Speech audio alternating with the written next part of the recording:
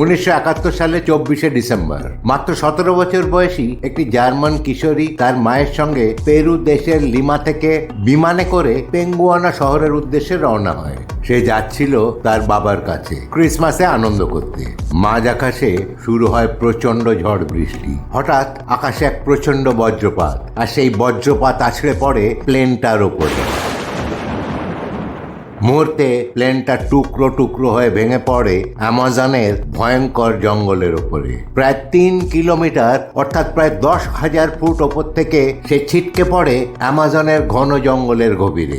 এত উঁচু থেকে পড়েও সে কিভাবে বেঁচে থাকে তা মিরাকেল বললেও কম বলা হয়। আসলে কি জানেন, যাকে সৃষ্টিকর্তা বাঁচায় তাকে মারে কে? যাই হোক, সেই ঘন জঙ্গলে চারদিকে অজস্র গাছ, বিষাক্ত পোকামাকড়, বন্য প্রাণী আর অবিরাম বৃষ্টি।